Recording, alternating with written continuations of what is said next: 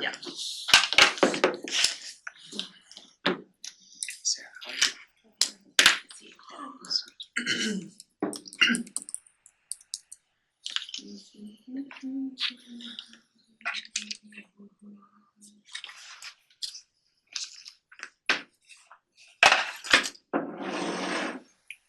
Highway 6 closed, so don't go to Portland. Oh, yeah, it's there's a closed right now? Truck wreck. That's too bad. Check the Facebook account. That wonderful emergency manager just is up to date on that little puppy. And I haven't broke 1,000 followers yet, so you guys all need to follow this so I can break 1,000. Break 1,000. What's the name of the Facebook page? Who gives, Tillamook County Emergency Management. It's a tough one.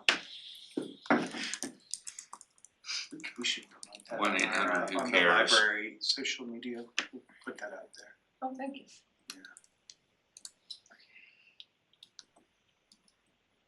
We'll get you. It's a truck wreck that's there? A big truck or a little truck? You're asking me? Sean. Yeah. You're looking right at me like You're the somehow one I that- would know. I don't have my phone Well, with somebody me. said there was a truck.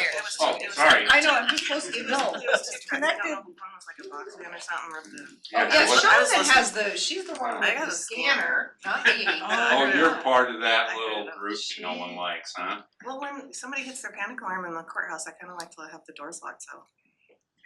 Cause we don't know, it's gonna take for somebody to get here. Your Go to door's scan our already office, but I can't always hear it. locked. We shut No one it can down. It would drive Get me in to crazy, see that you. constant It just says in the welcome, but background. the door's locked. Welcome, you're welcome to stay out in the hall. Yeah. So Jody, it's 2:01. I don't know if we're missing people, if we're waiting for anybody. Denise told me she couldn't make it. Mike Rice did say that he was out in the field today as well, so I know he won't be joining us. Okay. I see Matt.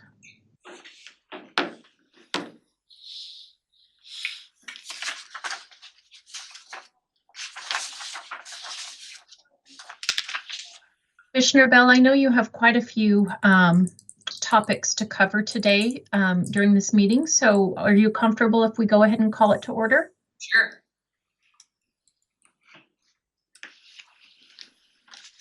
Did you want me to do that? Sorry, I'm I'm happy to thinking call that this is your meeting. Would you like me to call it to order officially at Well, 2:02? I'm happy to call it to order as well. I just wanted to know if you wanted me to wait a few more minutes for anybody else. I haven't heard from anybody else who is on their way or not on their way, so I think we may as well start. Okay. We'll call the Leadership Committee meeting to order at 2:02 on March 13th.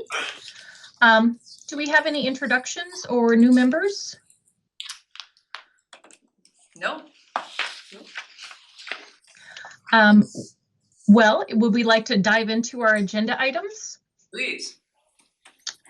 You know, I think the first agenda item was to recap the market study.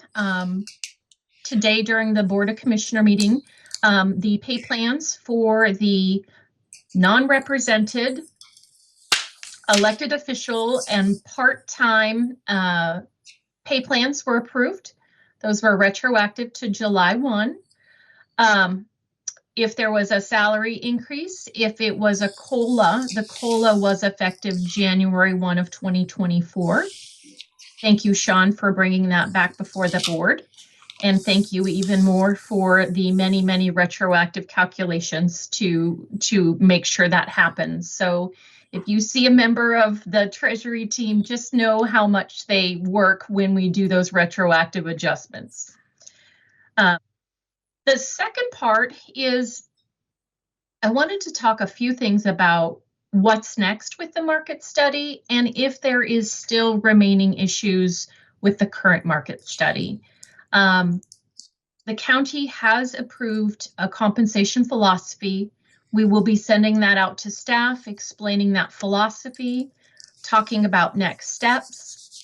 But if we feel there is still something wrong or a job has significantly changed, employees do, as a non-rep or a representative employee, have an opportunity to have their job evaluated under a reclassification request. The county has an ongoing reclass request process. We did pause reclassifications during the study to prevent this boomerang effect of as soon as we fixed one, something else would change.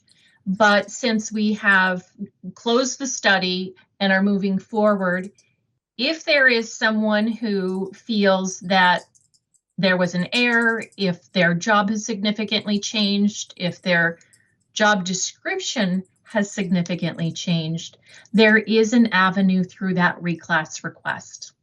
It does take up to 60 days for us to review that and get back to you, but if there is any actions regarding salary, that would be retroactive to the date we received it. Does that make sense for everyone? I just want to make sure we don't feel like there's no other options for 18 months. The other reminder is with pay equity, there used to be a path or a process in which we would ask to reclass an employee as a performance measure. And I think this is really hard in public sector is we don't have a bona fide pay for performance plan in Tillamook County. Our plan is time in the seat. So that is really difficult for employees that might be a super performer. And we want to try to collaboratively come up with some solutions to recognize those efforts. But that past practice of having them leapfrog steps or be reclassed to a higher range is going to be a lot more complex because we're navigating our market philosophy, pay equity. And so when we talk about pay equity, it is about where that person and another person may be placed in the range. But it is also about where those jobs sit if it's a single incumbent elsewhere within the county, making sure that those are considered comparable and they are compensated based upon the level of responsibility. And so it's going to be a little more complex in the review of those requests. There is a detailed desk audit or job evaluation form that we did create so we can get the employees' feedback of the work that they're doing, the responsibility. Employees would fill that out and then the supervisor would review that work to make sure they didn't forget work or maybe they stated something at a level that they don't actually work. One of the most common things I see is, I run this program. Now, are you 100% fully responsible for the outcomes of the program, or do you have daily tasks that you do to make that program function on a daily basis? So trying to determine what level of responsibility. So for those that do look at this form and are trying to figure out what we're trying to get at, we're looking at effort, skill, responsibility, risk in compared to other jobs. So we're happy to take a look at those. I do have one or two that I have talked to staff members about that we'll get out to. But we do need that information to look at the job to see if it has significantly changed and if adjustment is required. So I wanted to make sure that we talked about it and we could answer any questions from the department leadership if there is any further questions about that process.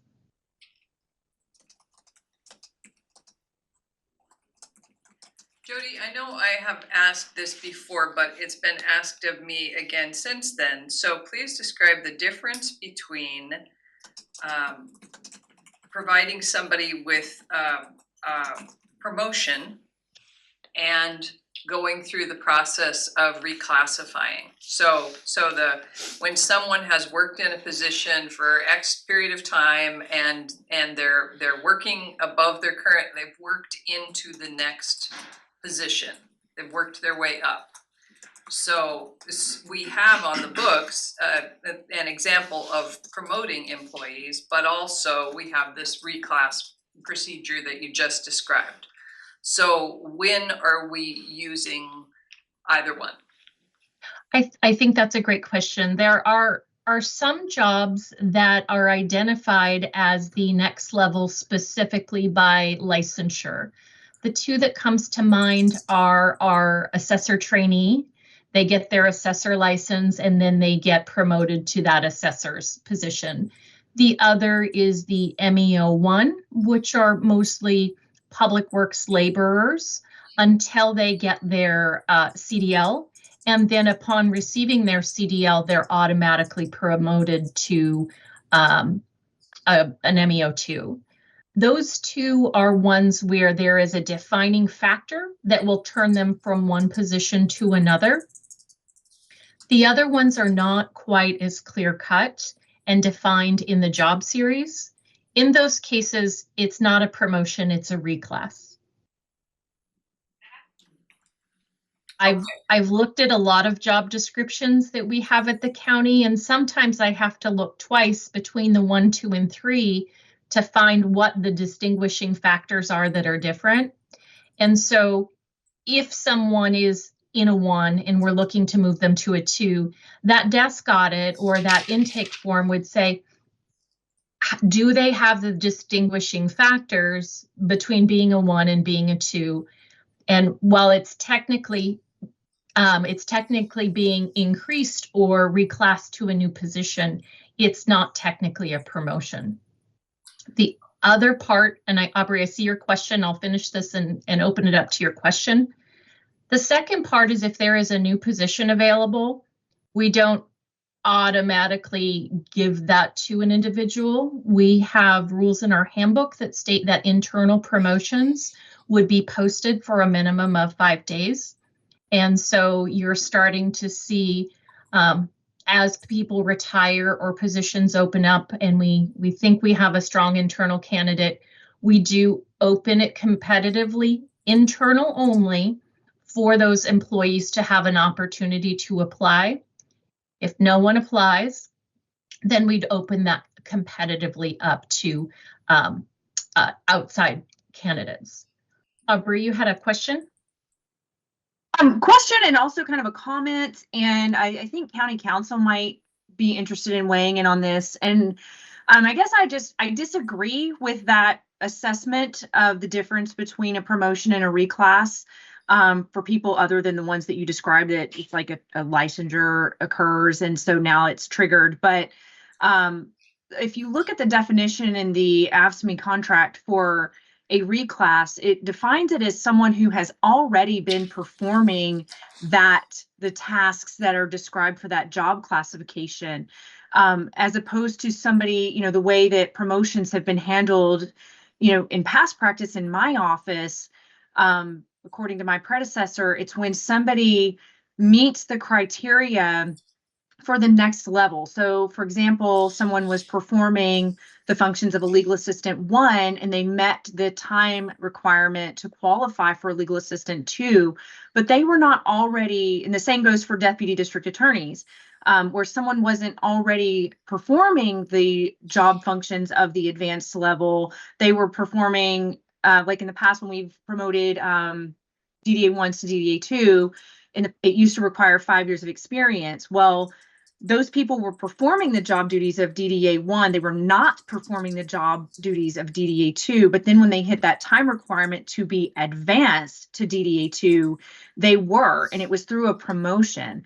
So my concern is that if we start calling all of these reclasses, then these people who are really eligible for promotion they're going to be rejected because they're not going to be able to show that they're doing the tasks of the next level. And it also seems counterintuitive. It's, oh, you have to start doing the job of the higher level. And then once you've done that for a while and we agree with you, oh, okay, we'll reclass you. It seems like we're putting the cart before the horse on that. And I would actually ask if Joel, or I don't know if Bill is on for county council, but I'm curious about their thoughts on that issue.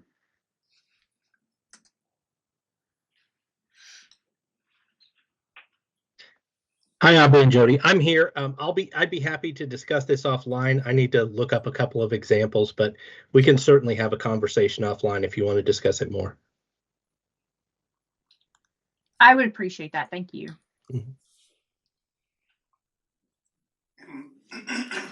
I just speak up on this, what I've heard about from the library end is what is a promotion process that seemed really out of whack with what I would expect to see in terms of a process. And so, the thing I like about reclass is it's really clear about what you're doing and why you're doing it. And with promotion, I do feel like it opens up a doorway for people to really be choosing favorites and to be doing things along those lines. So I just would want to put out that whatever process we go with, I would want to make sure that we weren't creating situations where favoritism could enter into the workplace.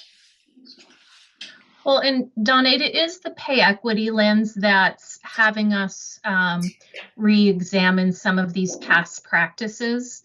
Is pay equity says that everyone has an equal right to a process or a privilege. And the way pay equity was introduced is, often underrepresented employee groups tend to not negotiate and advocate on their parts. And through the study of pay equity, it is found that those majorities are the ones who advocate and tend to get the promotions. And so it basically just lowers that playing field to create an equal opportunity and approach for all staff, whether they are meeting those, they're advocating for themselves or not. And so that's where a lot of the analysis of your processes and how you look at these situations occur. Sometimes we may have an employee who's had a long tenure and they were promoted to another position, but we have a 5% promotion limit, right? It tethers them to the new pay plan at that 5%. That's another past practice that creates this pay equity disruption. And, from one of the takeaways of this, if we look at reflection of projects and how we communicate and how we understand, I think regular project meetings with this process and understanding from all managers of how pay equity does impact pay. I know we had Jean out from Troop who did an initial presentation when we talked about it. I did share it again when I sent out the market study. But there's some things in that legislation that does limit how we compensate high performers. And it does make it difficult. You may have a real go-getter who's who's just at the top of that scale for performance every single time. And you may be looking at an employee who's at a 2 and who is marginally performing, right? They're doing what is required of them. And so if you try to compare the two, you're like, no way, there's something wrong. And that's where this analysis comes through. It's what are the tasks? What are the responsibilities? And do we have just a really high performer in a 1? Or do we have someone who has grown out of their current position and functioning as a 2? Aubrey, I'm happy to continue this conversation. We can follow up with Joel on some of those past practices. But it is really the pay equity lens that requires us to change this practice moving forward. So, And I'll Julie, look this is forward very to fair. conversations. Sorry, I just wanted I didn't know if I needed to reply. I'll look forward to further conversations with including Joel about that. Okay, sounds good. And I would like our policies and procedures to reflect our practices. So, and I don't think they do currently. So, there's confusion arising out of what are past practices, what it says in our employee handbook, and what we're moving toward. So I think those things need to be aligned. Agreed.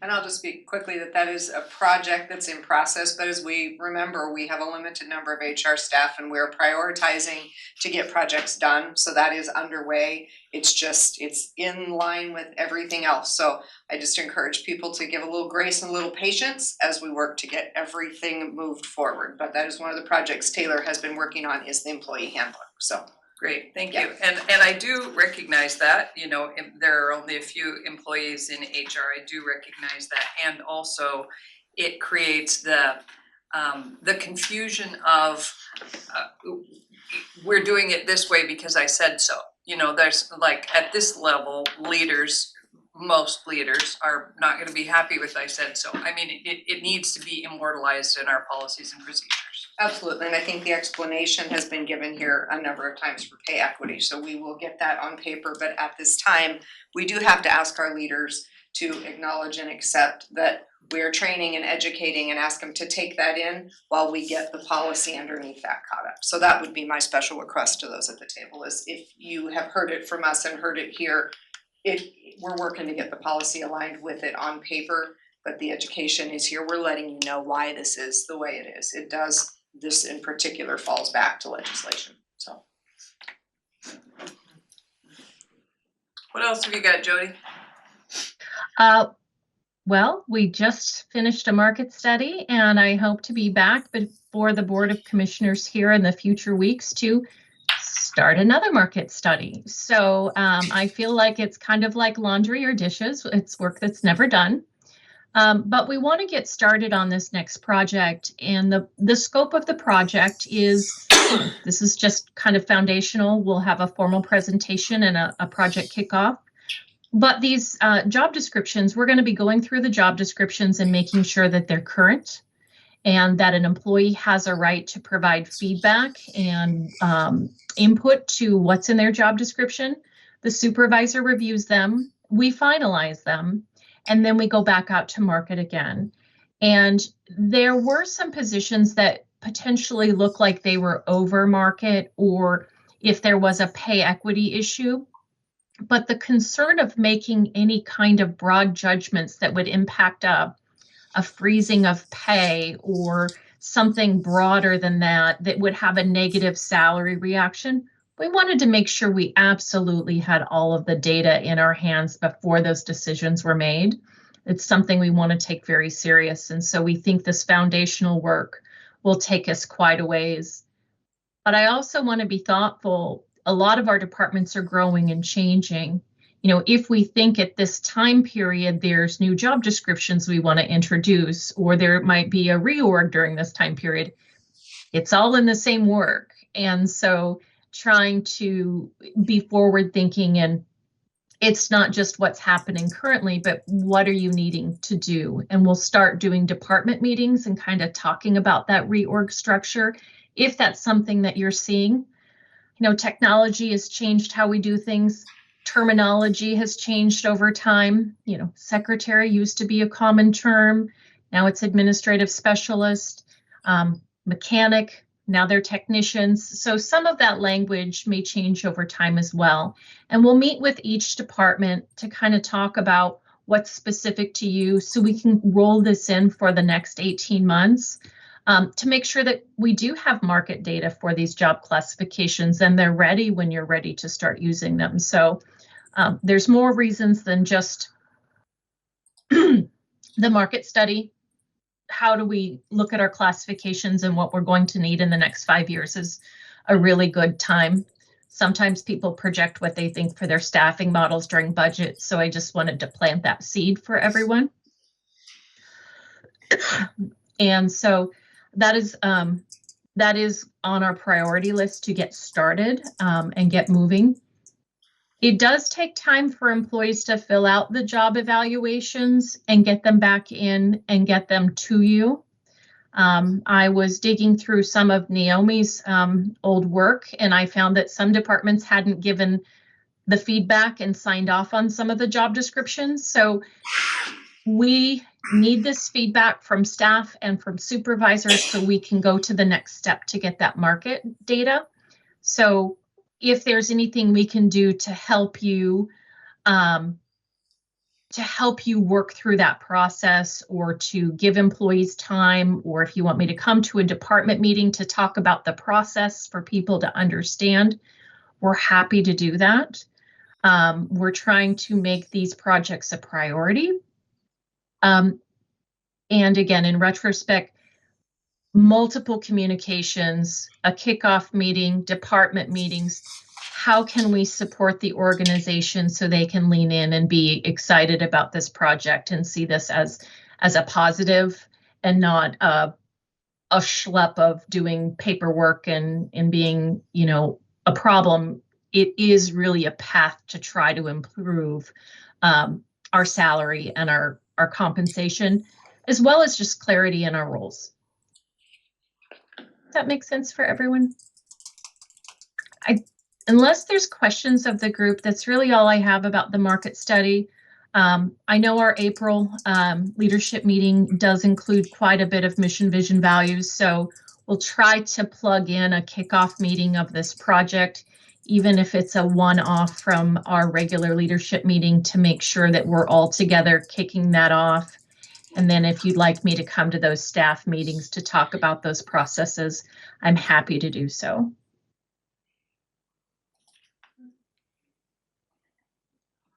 Marlene has a question or a comment. Sorry, I didn't know if you were pausing to and gonna go right on to the next subject, and maybe this is still in process. I'm curious if there is in this 12 to 18 month timeline for the market study, the reviewing of job description side. Is there a rough timeline? I'm like telling managers to start gathering input from people now, making notes on their jobs, but is it, we want them all back in 4 weeks, or do you have any idea? Well, there is a timeline, but it depends on when we kick off the project. Okay. Fair And enough. then each department, right? So if we dropped consultants 120 job classifications all at once, we may not be able to get through them and get the feedback back as promptly.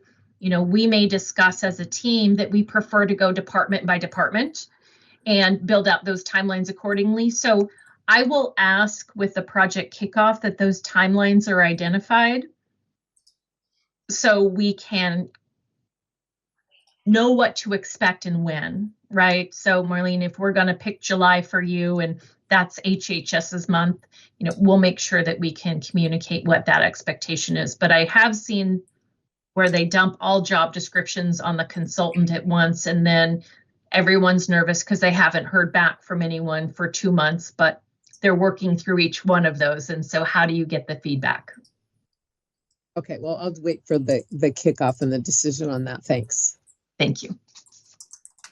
So Jody, can you talk a little bit more about the process? Like you've warned us now about the updating job descriptions. What will the process be? Are you going to be sending job descriptions to each leader and asking them to review them, or what's it going to look like? So there is an intake form that an employee will create that talks about what are their tasks, what do they do. It's a job analysis or a desk audit. It's got a couple of different terms. And so the employee will create a job analysis, but we often give them their job description so they have something to go off of. We're not asking them to rewrite their job description. But from time to time, your job description may not fully articulate what % of the time you do what function. So one of the best practices in a job description is the most frequent functions are at the top of the job description, and the occasional or less frequent goes down in how often you work on that role. So there could be something you do quarterly versus daily. So getting that information on the job analysis or the desk audit form will allow the consultant to rewrite the job description in some of those best practices. They'll ask about lifting. They'll ask about physical capacity. Some jobs are very sedentary. Some jobs are very physical, and some jobs are really unique. I'm thinking of our communications administrator. You know, I don't know of any other county that has one. And so when we're looking at that job description, it looks mostly like technology until you have to get up the hill to get to the tower, right? So how do we make sure that those job descriptions are fully expressing all of the things that are required for that person to do that job? So that is the process. We will work with the consultant in the kickoff of whether these are electronic or paper. I think the preferred method is electronic, but recognizing not everyone has access to a computer could create some one-off practices to make sure that we're able to accommodate those employees that are out in the field on a regular basis. Did that answer your question, Commissioner Bell? It does, thank you.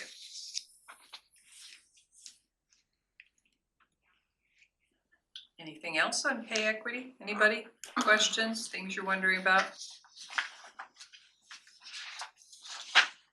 Well, I do have a question. What are the consequences if someone challenges it and that individual's challenge then is upheld? What, is it a back pay situation then, or what happens?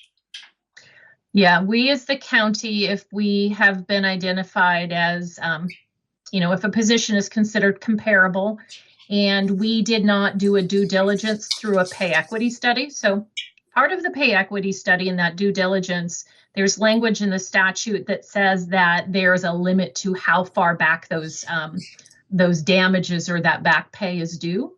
So that it does limit you there. It is also a due diligence in the employer's defense of saying, maybe we didn't get it perfectly right, but we did make a good effort.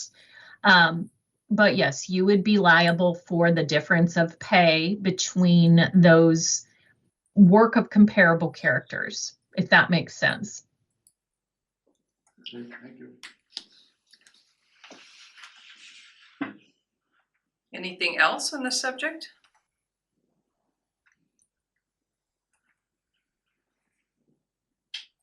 Questions, concerns? Okay. All right. That is all for. Go ahead. That's all for the HR topics. Commissioner, I think you had some mission, vision, values. It's true. Thank you. So we have on the table the mission, vision, values, little white paper that Sarah printed up for us. Let's make sure everybody has one of those. Review it just for a second before we start talking about it. Andy, will you please hand me one? Thank you.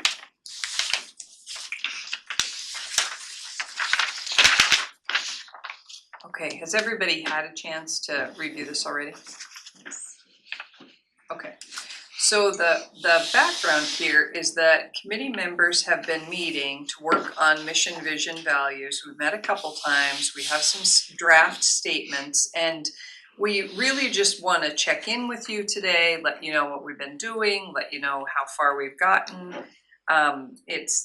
If you have input, we totally want to hear your input, because the next time we meet, it's our intention to come up with the this is it, maybe not finalized, but this is it, this is what we want to move forward with. So the idea, for those of you who are not in the committee, the idea is that Tillamook County has a mission statement.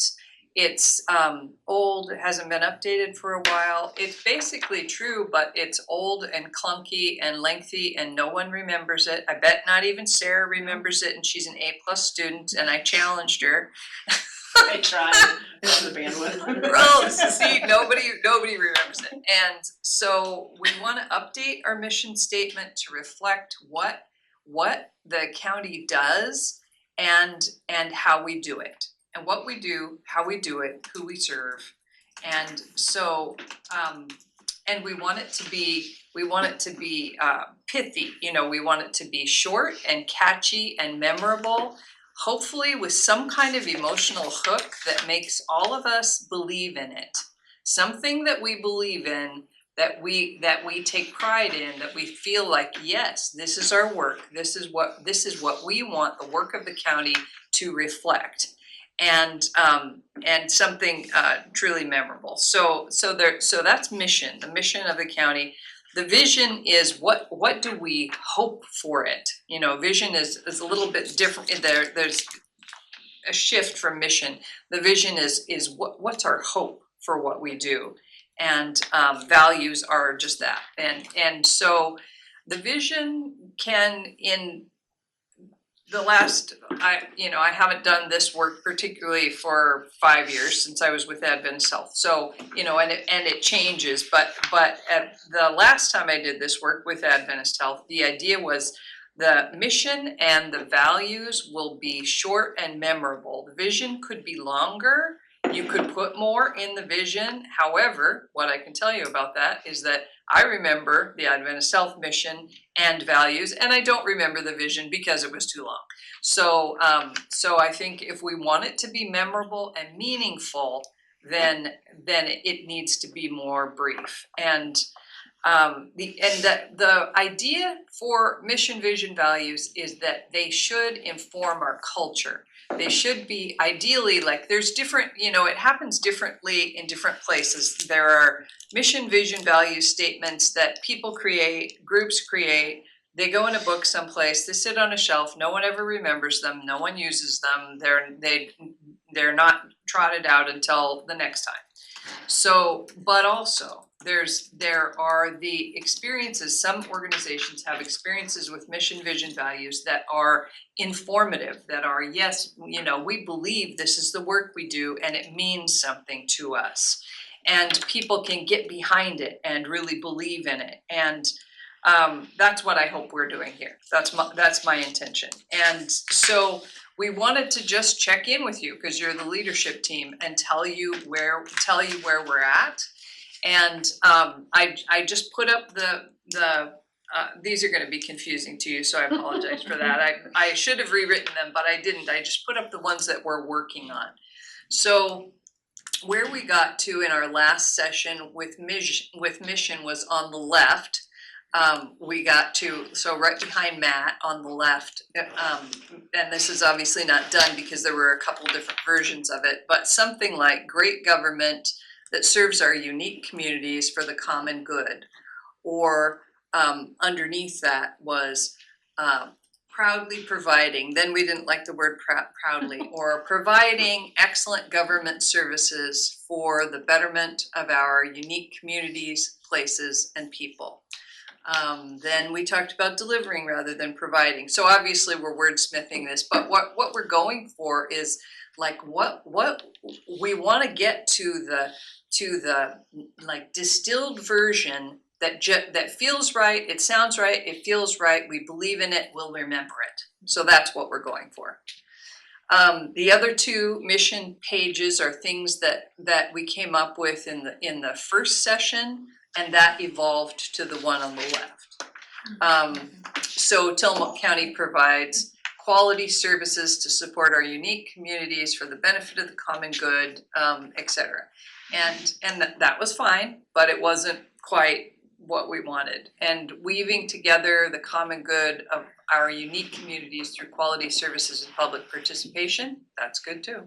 So we weren't sure, like I like the word weaving, but then we weren't sure like what does that, it's this level of granular work, like what does weaving exactly mean and do we really do that? So we want the mission statement to it is a good word, but is it actually true? So we want it to reflect what each of our departments is doing, which makes it a little bit trickier because we're doing different things, but we are doing them for the same reasons. So, and hopefully we're doing them with the same commitment to excellence. So we want something that represents all of us moving forward. And so let's just start with mission. Does anybody have any thoughts about the mission? Any feedback? Anything that jumps out at you?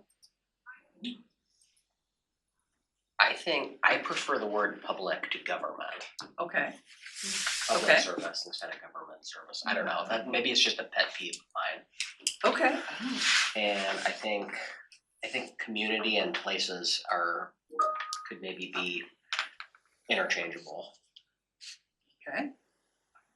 And we had quite a bit of conversation about that one, about communities not necessarily being a place, but yeah. it could be a group of people, or totally. We started where you were. When I first saw communities, I started thought teasing it. Netarts, community, Yeah, Pacific right. City, Right. But there's also communities of people. So those are just That's my 2 cents. Thank you, I appreciate that. So let's talk for a minute about the difference, like what does public mean to you as opposed to government?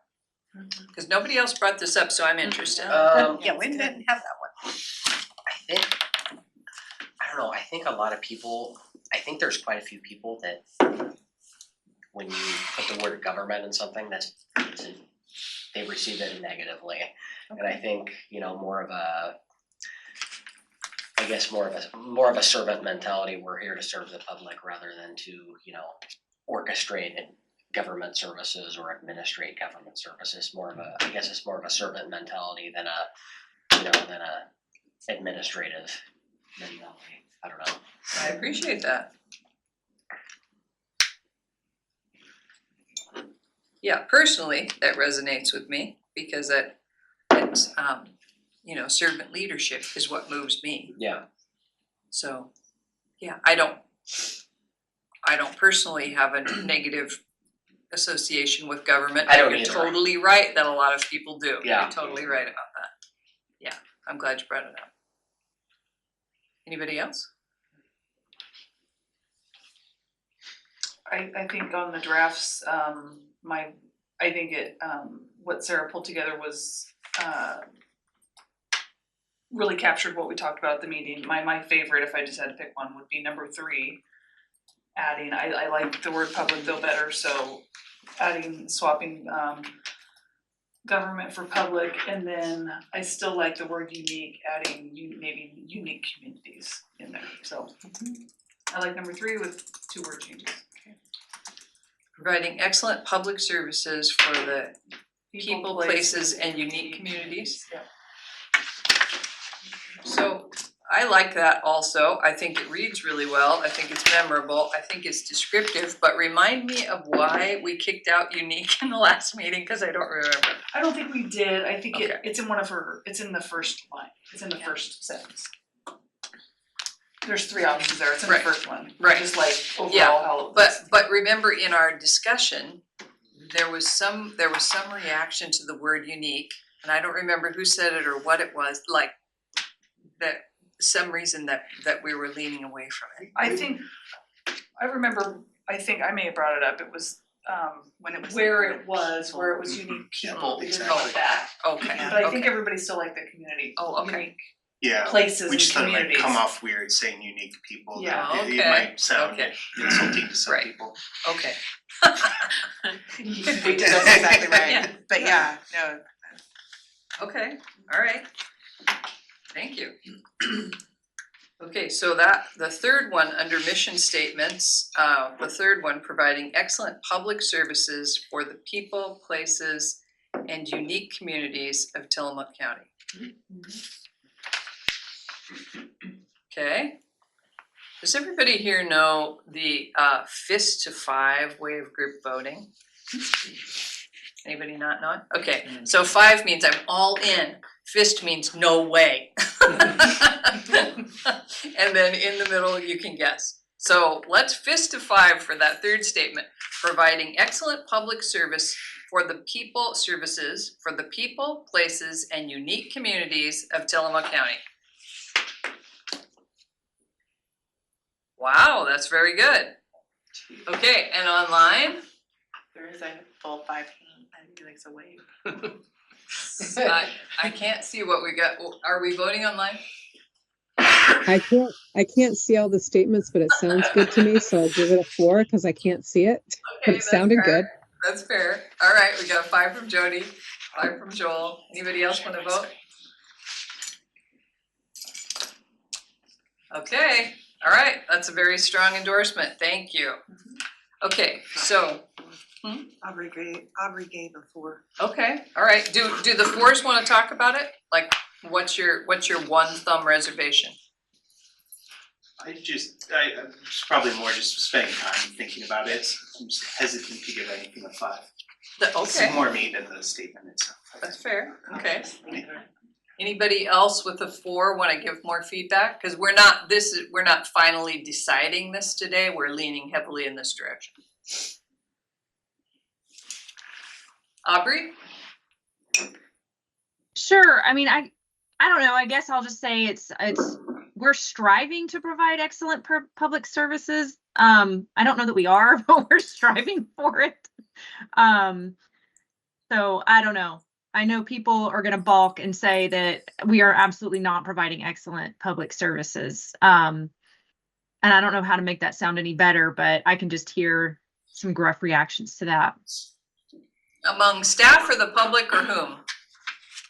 Everybody, you pick them out. So I think you have to be confident. I don't think, should strive to provide anything. You should provide it. So, I think we have to have a confident statement. And I think the mission is what the mission itself is what we are striving for, right? If we meet our mission, then we, that's this huge thing. But it isn't necessarily describing a current state. It is what we are reaching for. Mm-hmm. So I think from that perspective, Aubrey, we had the same conversation in our group, to be really clear. You've, brought up something that we all kind of have struggled with as we walk down this path to figure out how we make the statement, and really had to get deeper into the fact that the mission is what we seek to achieve. So we don't seek to strive, we seek to provide excellent governance, to your point, Nick. I mean, that's the all-in statement, right?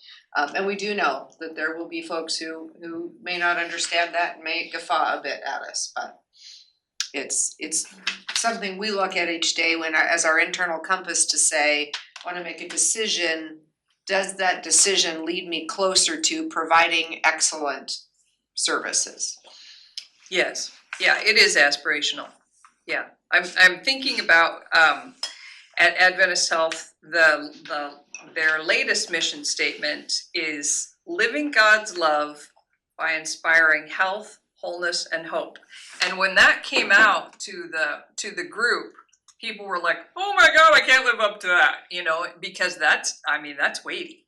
So, but the reason eventually it was adopted was for the reason Commissioner Scar and Nick just said, that because it's aspirational. That's what they want. They want to be that. So they said, we are that. And then over time, I saw that people tried to live up to it, which was really nice. It changed the way people provided services and the way they performed, because they wanted to be that. So I think we all want to provide excellent public service. I'm sure every one of us does. What about values is easier, I think, than vision. So let's jump to values. So we had our talk about values. Sarah captured the draft: serving with integrity, excellence, and commitment; serving with integrity, excellence, and dedication; and stewardship with integrity, excellence, and dedication. So we were going for about 4 things that captured, it wasn't like we didn't just throw darts. When we started with this, we had a long list, pages long, and this was our distilled version of that. We had a word that say, integrity means all these things. So we eliminated all those things and ended up with integrity. So it really, I like all 3 of these. I think I probably like the 3rd one better, because stewardship, I think, is very important, because it means that we are responsible. We are responsible for all kinds of things. And but I like them all. What do you guys think? I don't like stewardship, I like serving. That's just me. I agree. I think serving fits better too. Okay. I don't dislike stewardship, but I think with a public entity, it's more about service than stewardship. Okay. It's definitely stewardship of resources, though. Definitely.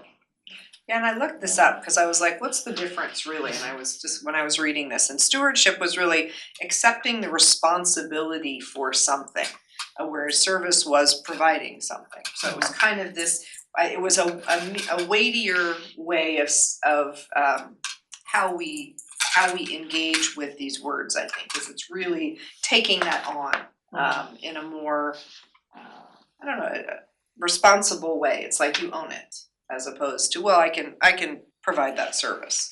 So there was a difference there that I thought was interesting. Nick? Well, I like stewardship because it's more looking at the county as a whole versus serving individuals. So I like stewardship over serving. Okay. I think we do both. I think both are, I agree there is a distinction, and we do both. We serve, we offer services, and we are stewards for serious resources and other things too. So Doug, say why you don't like stewardship.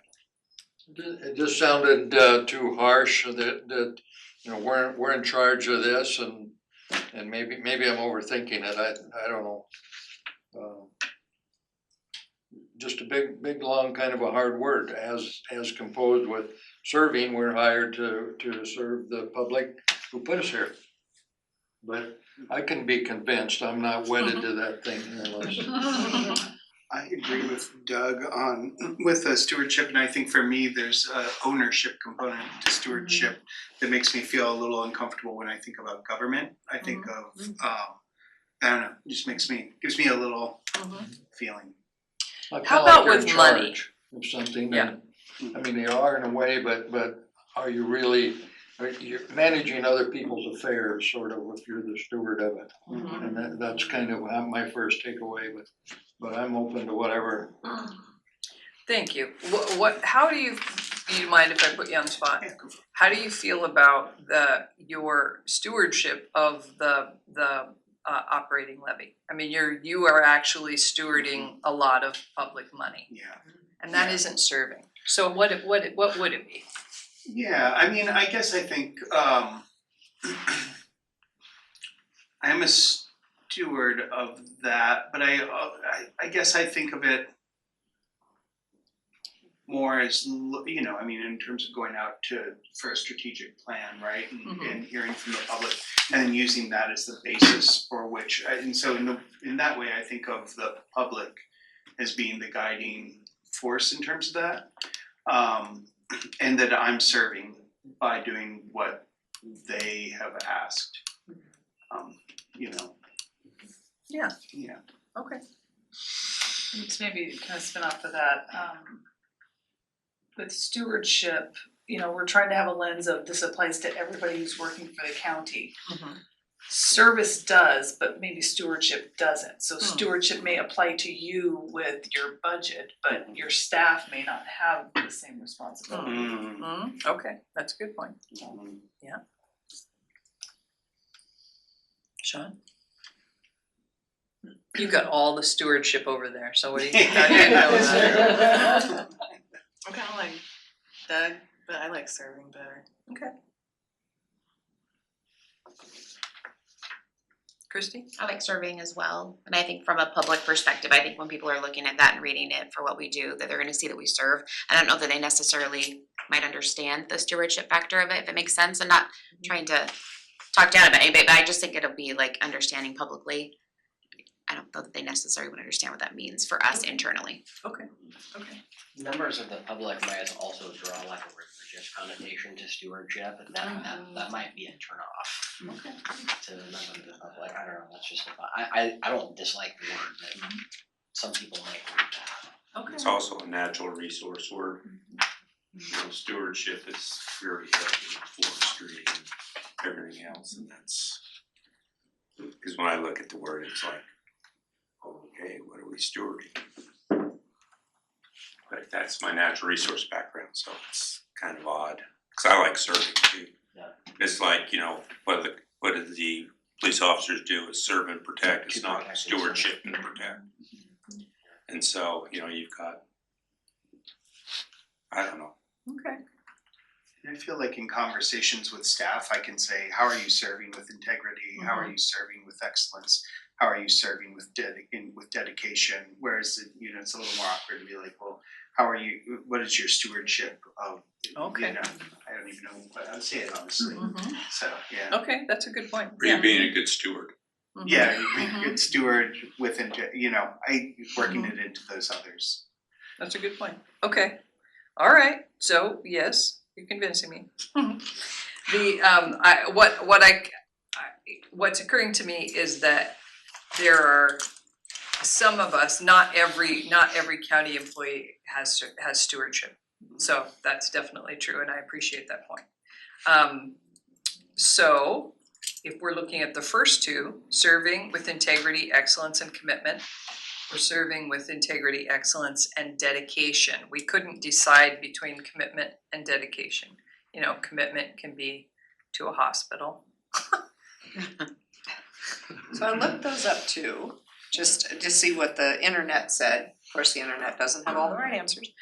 But when comparing the two words, commitment was more of an action, that you're committing to do something. And dedication was more like a personal passion. So based on the conversation where we had passion, actually, in one of our original ones, it made me think that dedication would be a better fit to the work that we've done so far. But I don't know if that will carry true for everyone going forward, but it was an interesting. Well, thank you for that, because you're right, we did start with passion, serving with passion. And then there was feedback that, you know, passion can be good or bad. So maybe, you know, passion could be misinterpreted, so. Aubrey and Joel both like commitment. Okay, oh, thank you. Okay, Is there any reason we couldn't have 4 words? no, we could have 4 words, but we just didn't wanna have words that were kind of redundant. So Rachel, you were the person who was passionate about the word passion, so which of these do you like? I like commitment. I like the word dedication. I like how it sounds and kind of rolls off the tongue, and that it hits that passion piece. But I like, in hearing your definition, the action part of it, because I could have all the passion in the world, but if I'm not doing anything with it, it doesn't matter. So I like how the commitment ties to serving, where we're doing something. So I like, even before that, the first one was my preference. Okay, good. All right, so the first one with no changes is serving with integrity, excellence, and commitment. Anybody else wanna? What about adding the word people somewhere in the, like serving people with, or serving the public with? Or is that too similar to the mission statement? You don't wanna do a redo of your, Right. you don't wanna repeat your mission statement. Right, so for that reason, I would not add public. I would figure, these are gonna stand with the mission statement, I think, most commonly. I don't know, others? If I may. Mhm.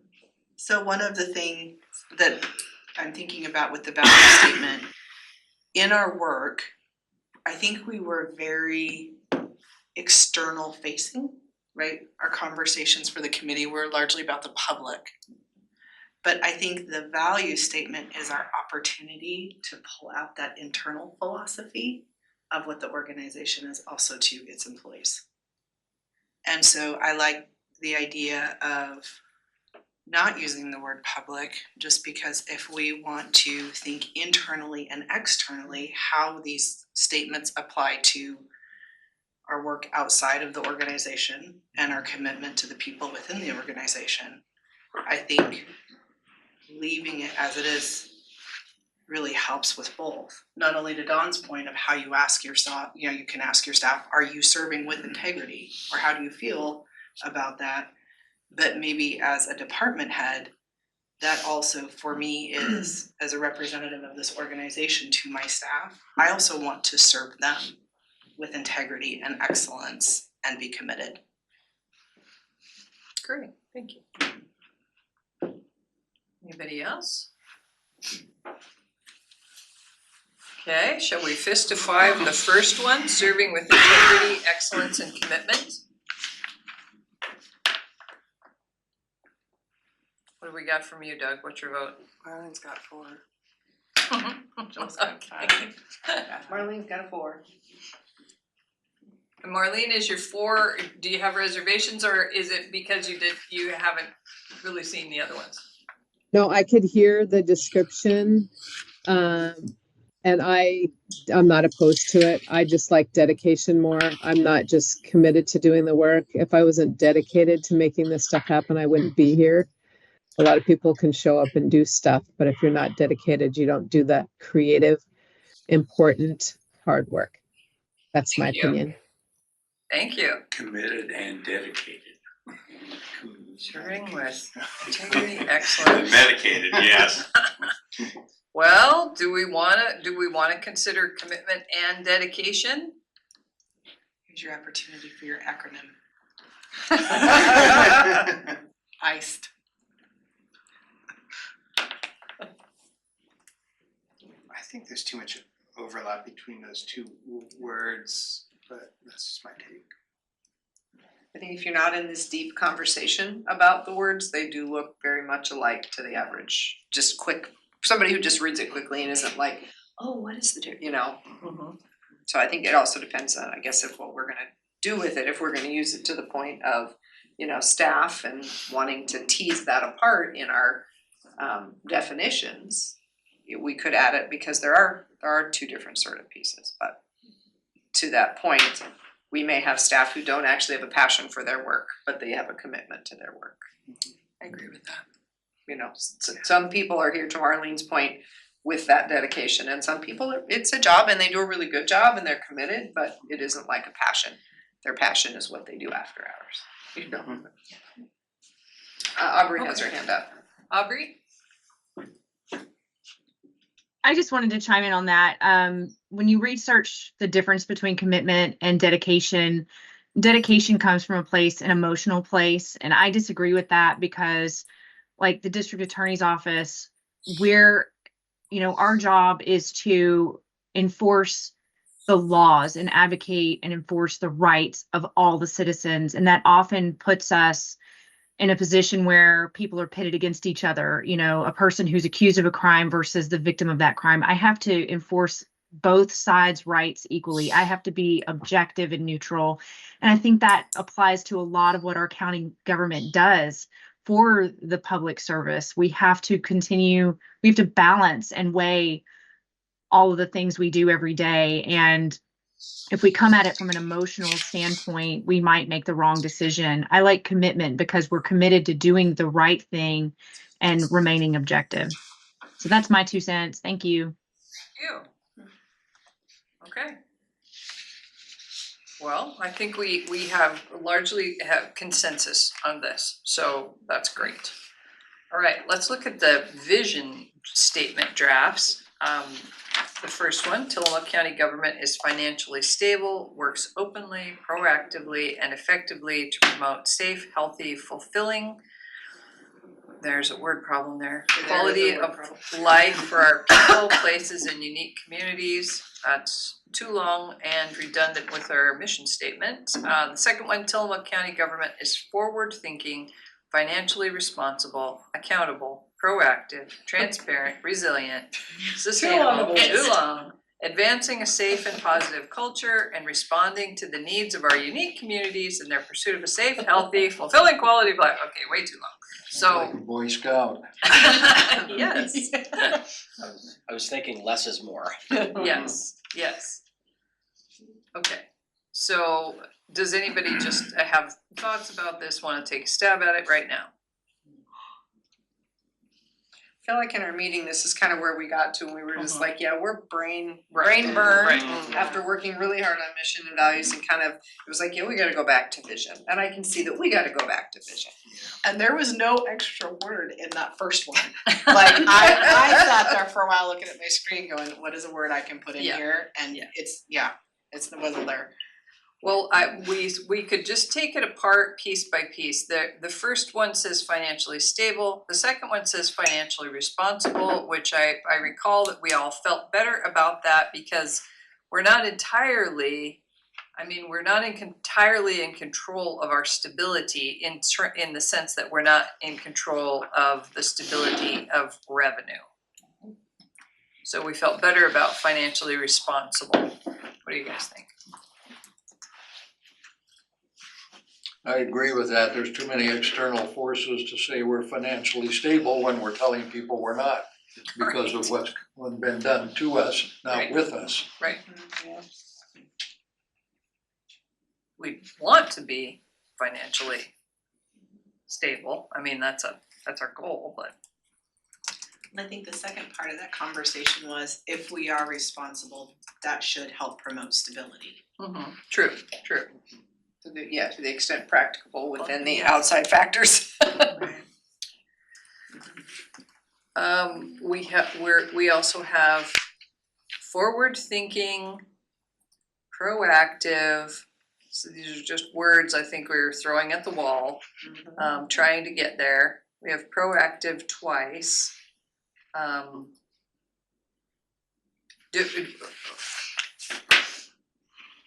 get the idea of proactive, that we want to be proactive as opposed to reactive. I don't know that it belongs in our vision statement or that I love it in there. What do you guys think? Does somebody want to make a case for proactive? I would make a case for proactive or forward thinking. I think that right now, that's one of the things we're struggling with the most is that we're reactive and our vision is where we want to be. And I think we want to be in a place where we are planning and proactive about where we're taking county government and therefore the community around us as well. So I do feel like it's, if we're targeting to a vision, and if this is gonna be something we look at when we decide, again, we're making decisions and we're thinking, well, what's the right decision? Let's take a look at our mission, vision, values. Having that there, for me, feels like it's yes, if we make this decision, we're reaching toward that particular outcome. So for me, I would fight for it. Okay, Nick? So some situations call for to be proactive. Some situations call to be reactive and have like a tactical pause. So maybe strategic is a better word. Or thoughtfully. Thoughtfully.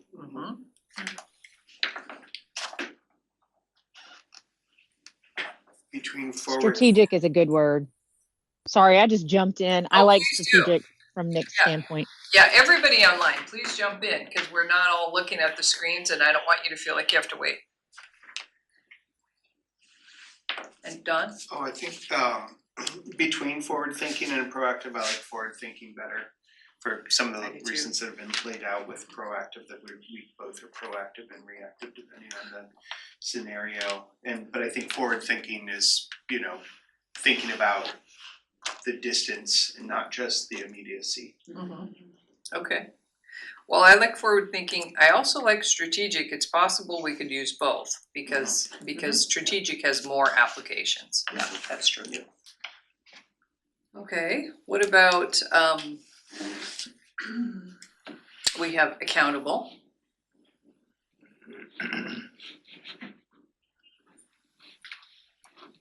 I mean, I think we all want to be accountable. I don't know that it needs to be in this vision. Does anybody want to make a case for accountable?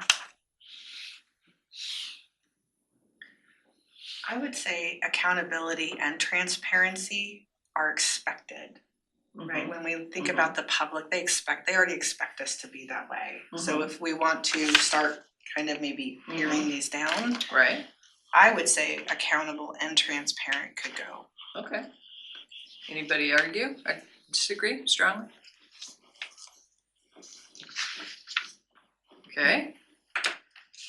Resilient.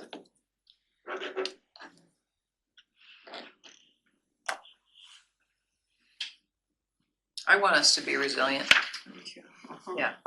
Nick? Yeah, I like the word resilient because, if the government fails, then what? Then it's going to be chaos. We should be like the rock, which, everything's built on.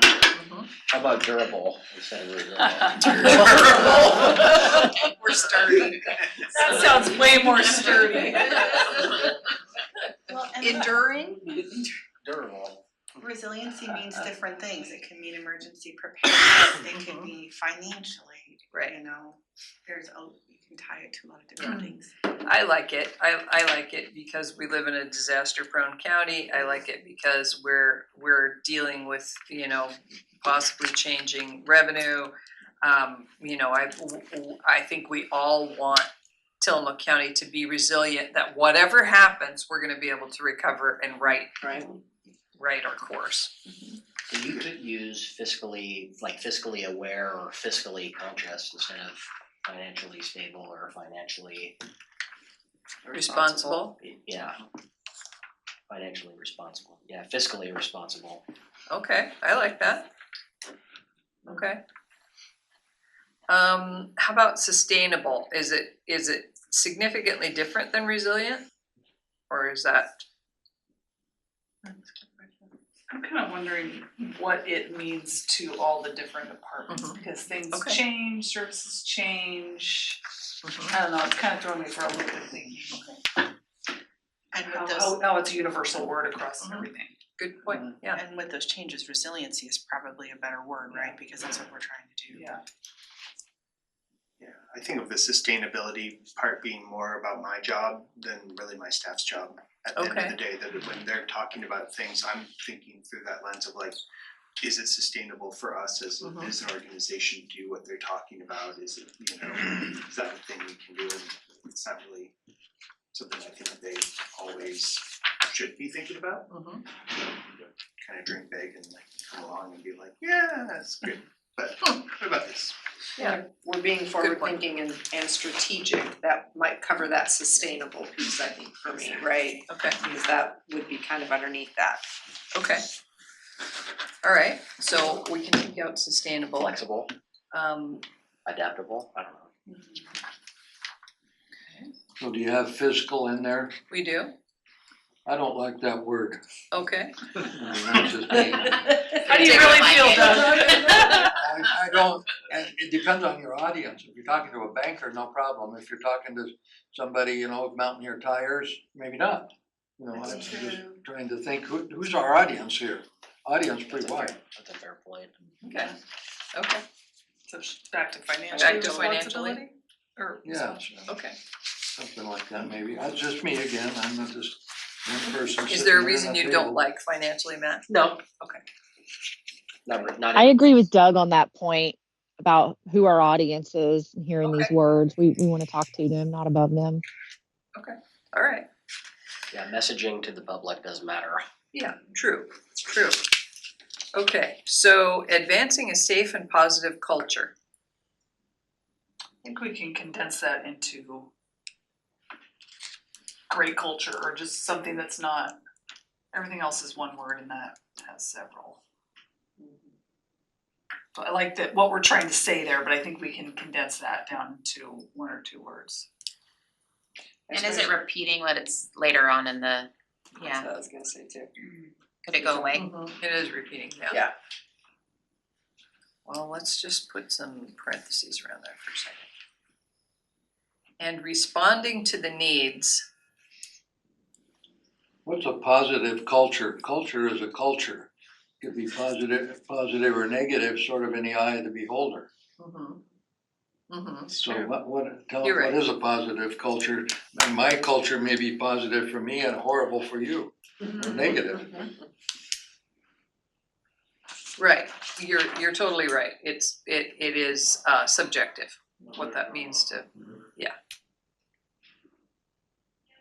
What if you, because we talk about communities later, what if you just take out the whole piece of advancing a safe and positive culture?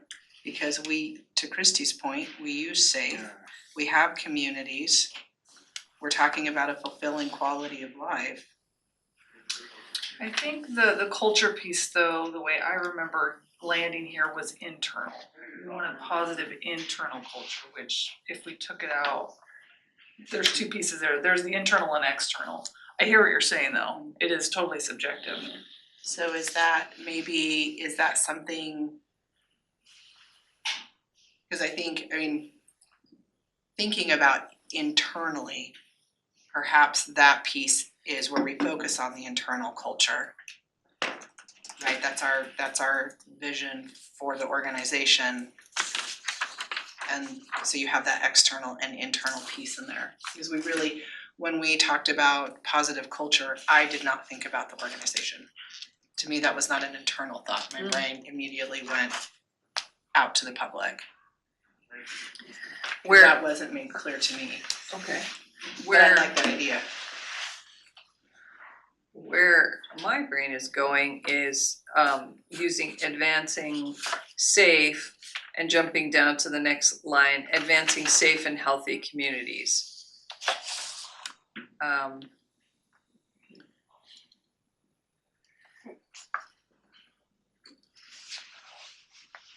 I think that's a lot of what we're doing.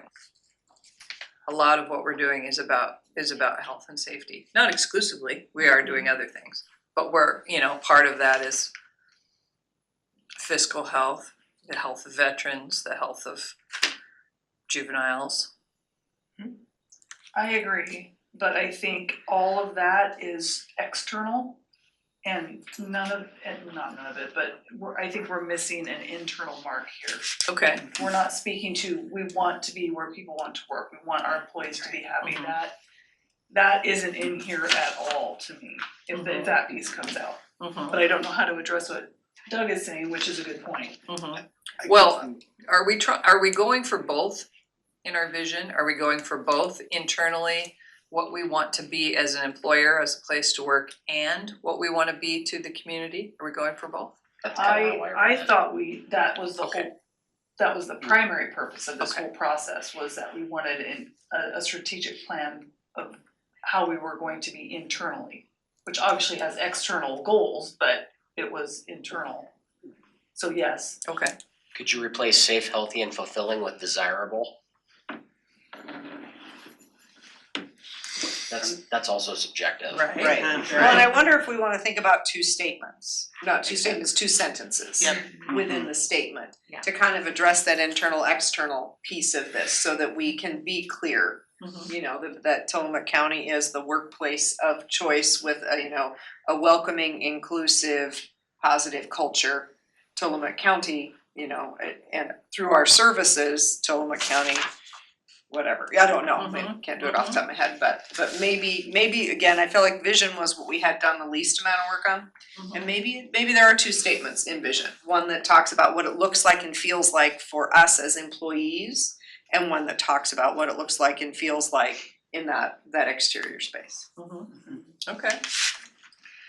Yeah, cause I'm so glad we actually took a break from working on this. Because there's so many things in the moment I wasn't thinking about, but yeah, I reread these this morning in preparation, because you sent that email yesterday with all of these, but I thought if I gave these to my staff and asked my staff to look at these and give feedback, I don't know that they would think that they were for them too. Yeah, we want them to be.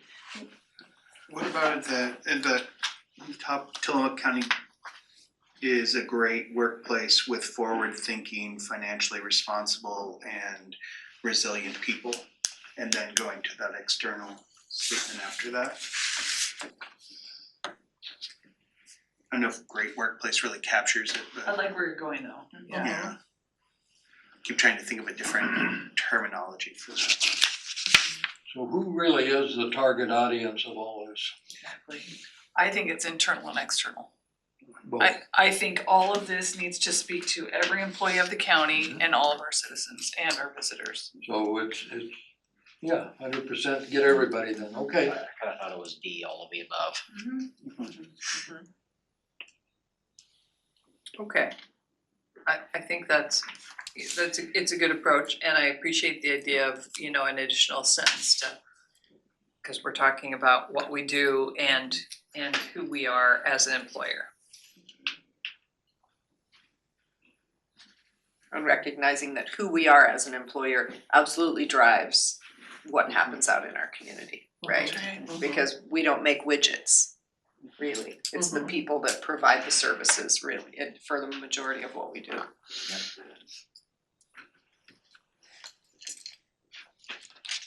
And I think there's just if we can get to a place of having that positive statement about people too, I think it instills confidence in the staff that they are on being forward-thinking, financially responsible and resilient, right? That's like a really great thing to say about your staff. And so I think there's some value in that, and people can live up to that statement.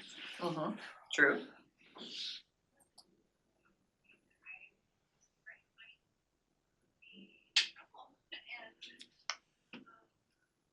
You got the cops online, let's hear what they have to say.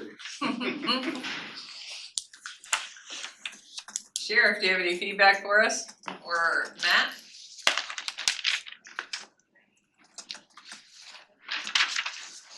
You might be multitasking. Or maybe even from the internal approach, I'd be curious what Jody thinks from HR as the recruiter. You know, what do we need to put in here that sends that message to people we're trying to hire? Well, right, because we're one thing we did talk about is that Tillamook County used to be one of the best places in the county to work. Not that we aren't still, but it used to have that reputation. Like, people wanted a job with the county because they're good jobs. It was a good place to work. You could retire here. You could have a good working life here. And somehow, you know, we drifted from that over time. And so how do we get back there? So what are you thinking, Jody? I thought we continue to make even better adjustments, but when I reviewed it yesterday, I thought it was a great document. I did wonder whether that was internal or external. Generally, our mission, vision, values can be reflected back internally to projects, how we serve, what we do, but it could also be forward facing. So I was optimistic and hoping that it was for both, but is there a statement that we could add for the average employee who read it that goes, yeah, that means I'm there too. I see myself there. So that would be the only feedback, is I think this is great work. And if there is a way we can connect that back to our internal employees or our resources who will be providing this excellent service, would be super helpful. Okay, thank you. Anybody else?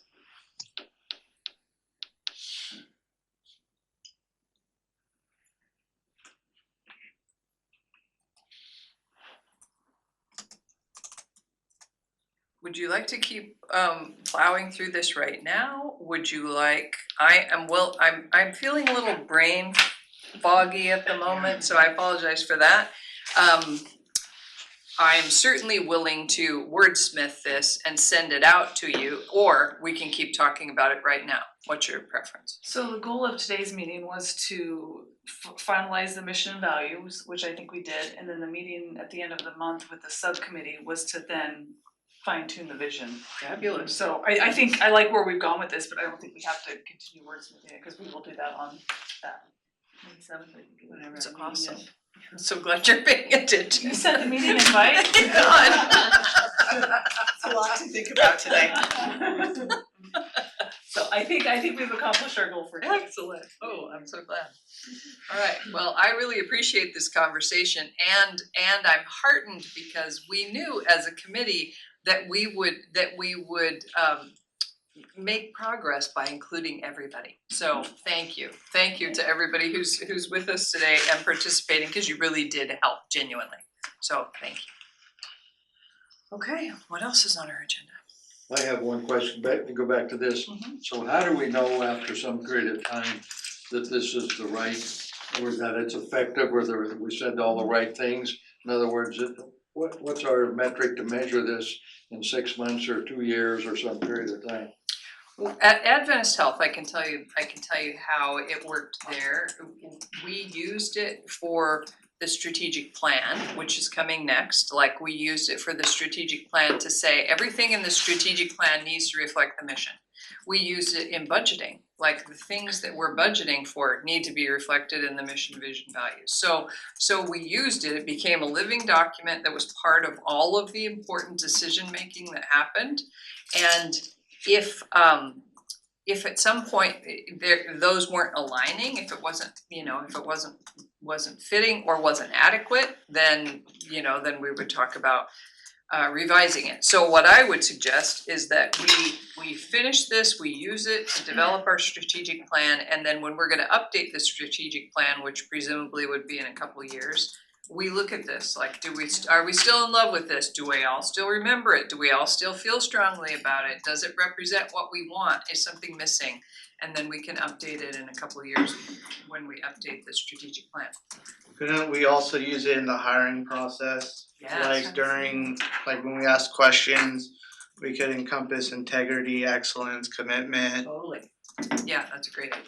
Yes. I would see one of our focus areas being something about how to roll out the strategic plan, and that example, updating letterhead, all the kind of logistic minutia of how we would apply or refer to this, I would see as an action item coming out of that.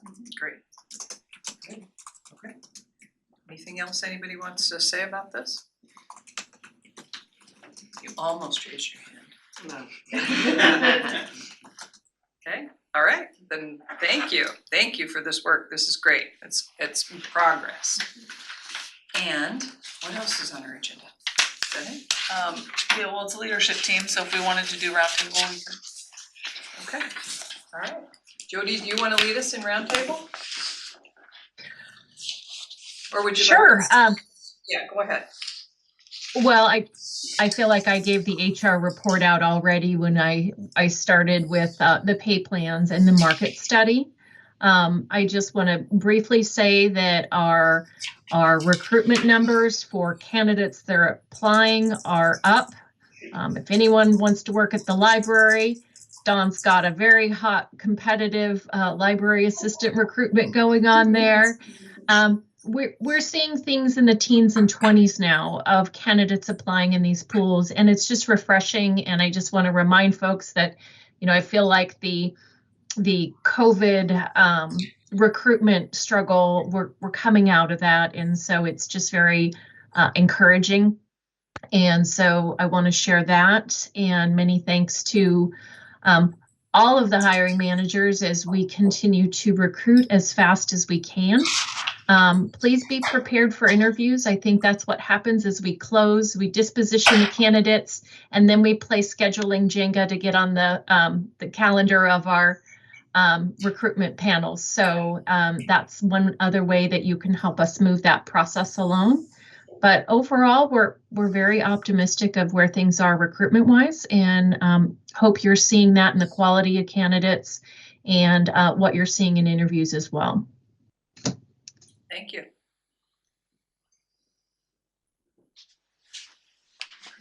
Do we want to? Go ahead. I was going to say, do we want to do the online roundtable first, or do we want to do the in-room roundtable first? Online is fine. Let's start there.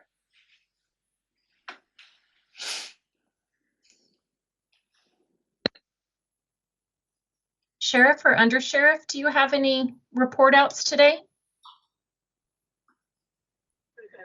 I don't have anything to report out. Thank you. Aubrey? I don't have anything prepared, but I'll just say, we're just wrapped up a legislative session where there have been some major changes to ballot measure 110. And I know we're meeting, our LIPSIC meeting is Monday, and we're going to be talking about some of those changes and how we expect those to look in our county. Really grateful that I have a full staff right now. Still a couple people that are still learning the ropes and getting up to speed on our processes and procedures. One of my tasks that I've been trying to undertake since I took office over a year ago is updating the district attorney's office policies and procedures. Certain laws require me to post those online. I've had to take them down because they were so outdated, and I'm working on them. But there's kind of a lot going on. But a lot of the discussion that went on in the most recent legislative session has been such a hot topic, and it's taken a lot of our time, and we're going to have some pretty significant changes out of that. So expect to see more coming out of our community about how we're going to be addressing that and how crime's going to be affected and just what we're going to do with all that. That's all I've got for now. Thank you. Thank you, Aubrey. Are you, Joan? Aubrey, it's Mary Faith, are you encouraged about the changes to 110? I am actually. It's going to be a lot more work. I think it's going to be even more work potentially on us and law enforcement. Well, depending on what type of program. If anybody has really read through House Bill 4002 and or has paid attention, I know Commissioner Scar has paid close attention to what's been going on. But there's all sorts of discussion with, deflection programs that are basically pre-court, pre-charging, in the field, law enforcement led programs that are going to work with community partners to try to keep people out of the court system. That was the whole premise behind Measure 110, is to keep people out of the court system.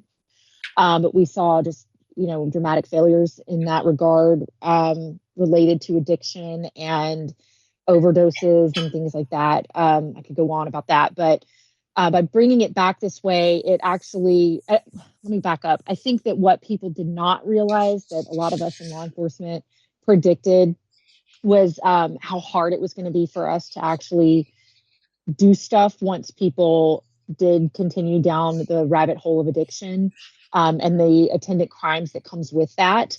Believe it or not, a lot of times when you have people in these problems, they commit other crimes to continue their habits. As the ultimate goal is treatment.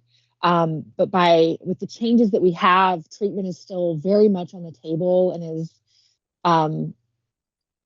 it's offered and sometimes even mandated in certain situations, but it gives us teeth again. It allows us to actually act and allows people to make a choice. The ultimate punishment is there, but it gives people a lot more choice, that, they actually have the choice to just go to jail. You know what? I don't want treatment. I don't want to do it. Just send me to jail instead. So I think it just gives both sides a lot more leverage and allows us to do more, but it is going to create a lot more work. But my team and I are willing to put forth the work, because I know if they do get charged, there are going to be diversion programs. I know Judge Hill is a proponent for specialty courts, and we've seen some great success with our behavioral health court with people.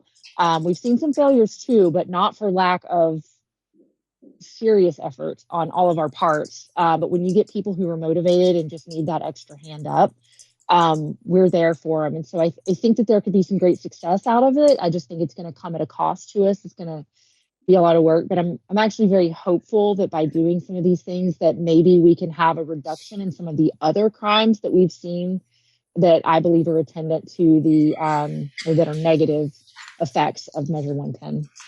I hope that answers your question. Yes, it does. Thank you.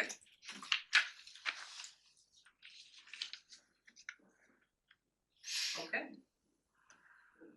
Joel, do you have a report today? Thank you, Jody. So we're just seeing lots of public records requests, again, coming in from various departments. As many of you know, I have to provide an initial response within 5 days of the request coming into the county. So I really appreciate all the departments sending those over to me as quickly as possible. And that way I can get started on working them. So just keep sending them my way. I appreciate it. That's all I have, Jody. Thank you. Thanks. Joel, I want to tell you, thank you. I have not gotten a single petition to appeal one of your public records request decisions. Those have been a major bane of my existence from other agencies, so I'm just grateful that I'm not having to deal with them on your end. I try. Thank you. Thank you, Aubrey. I appreciate that.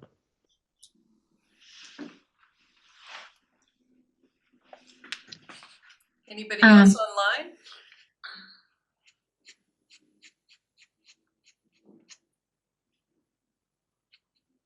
Well, maybe not. So Jody, would you like us to just go around the table here in the room so you don't have to call on us? That would be wonderful. Thank you. Terrific. Sean, should we start with you or Randy? Let's start with Randy. Randy. Not a whole lot. One thing is, I've been working with the TC4 group and doing some joint working together on the Resilience Hub grant through Office of Resilience and Emergency Management, or another acronym. they're actually playing well together in the sandbox, which is nice. But it turns out that we'll probably end up splitting out a lot of the applications into the separate entities just for simplicity's sake and to make sure the state gives us as much stuff as we want. 10 million through it. There's been 2 help sessions. The first help session had 150 people there. The second one had 130. So if you average it out, there's going to be probably at least 200 to 300 applications for 10 million. So it's going to be highly competitive, but we'll see what happens. Maybe that case of beer I sent to the director will help. I don't know. We're hoping. The other thing too is that the Spire grant, which is the equipment grant that's through the state, it was very slim pickings this year. Tillamook County only got 1 item, and that was the Tillamook Fire District ended up getting a high axle rescue vehicle, I guess, so they can drive through water. But that ate up the majority of what came to the county. It was a $250,000 vehicle, so it probably should have lots of little bells and whistles on it for that kind of price. I don't know, but nobody else's application got approved. And again, I guess my take that we had drought last year and we had issues with water and needed a water thing. It didn't even score. So either I'm a real crappy grant writer or we had some really bad people on the committee that reviewed it. So the other thing too is that I'm hoping to hear back by the end of May on the grant so we can redo our community wildfire protection plan. This is one that we had to really get creative with since we are not in moderate or high risk for wildfire, so you don't have to worry about wildfires this summer, according to all the publications out there. So anyway, so hopefully we sold our case there so we can get some funding to help redo that plan. On the SARA front, the Natural Hazards Mitigation Plan is out for signatures. So yes, so actually, thank you. If I may, I have a meeting with Catherine Daniels tomorrow. I'm hoping to bring that to the board for signature next week. Right. And I Just be a regular agenda item. I understand that it is out to the different communities because they have seen it, which They is. have, they're all adopting it. They're all adopting it, which is good because that's another plan that we have to have for additional grants that come available out there. And FEMA and OEM have already given their preliminary approval. So the cities are adopting it, the special districts are adopting it, and we need to adopt it for the county. Same document for everybody. So that would be great. So another plan down that we can do. There's a few more. We had our emergency management meeting yesterday, and there's a couple more plans that we need to update in the county, but I'm gonna try to look for some additional funding because as I talk to more and more people, our emergency operating plan is more than just Randy sit downs with a cup of coffee and does some rewrites. It's becoming quite extensive.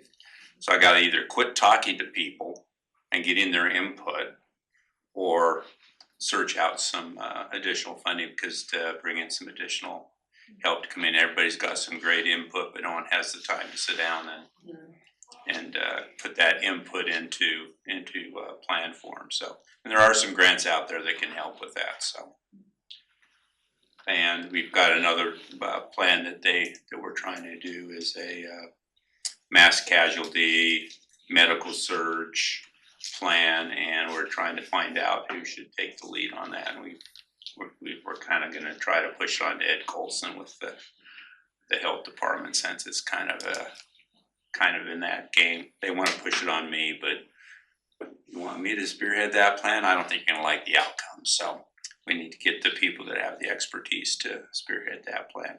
And again, we've looked for some outside funding to help with that to try to do it. And my first go round was with the Oregon Health Authority, and they had spent all their money. So we're still going to be looking for some help on that one. So just money. And since we are a fiscal responsible county, we'll try to do that. So other than that, enjoy the sunshine. The groundhog finally came through. He was a few weeks late for our spring, but we're there, so. And be safe. Thank you. Next, at the board briefing next week, our pollster for the radio communication upgrade project will be here to present results. So if you're interested in what the community had to say about that. Good to results. that.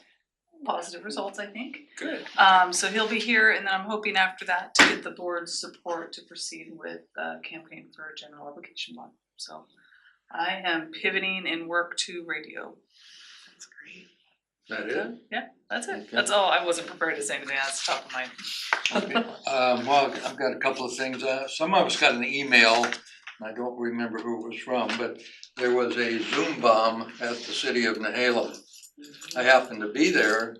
I left before because I asked to do my little thing first. But this Zoom bomb, a bunch of people called in or tuned in, and then they began to get recognized, and it took the mayor a while, I guess, to figure out what they were doing. And it was sort of a rehash of Nazi Germany in some way. I mean, they invoked Adolf Hitler and who knows what. And I don't know if some of you saw what went around today, but they went to all the cities and they were saying, if you have these online meetings, there's an organized group that will come and tune in, they're all public, and then when they get recognized, they descend upon them with all kinds of screwy stuff. Damien always warned us about that. We've never Yeah. seen. Well, it's happening, and it happened Zoom at bomb. Nehalem on Monday night. Is it Zoom or is it Teams or is it No, both? I think it, well, I'd have to go back and look, I think it was Zoom, it was not Teams. Teams is a little higher security, I think.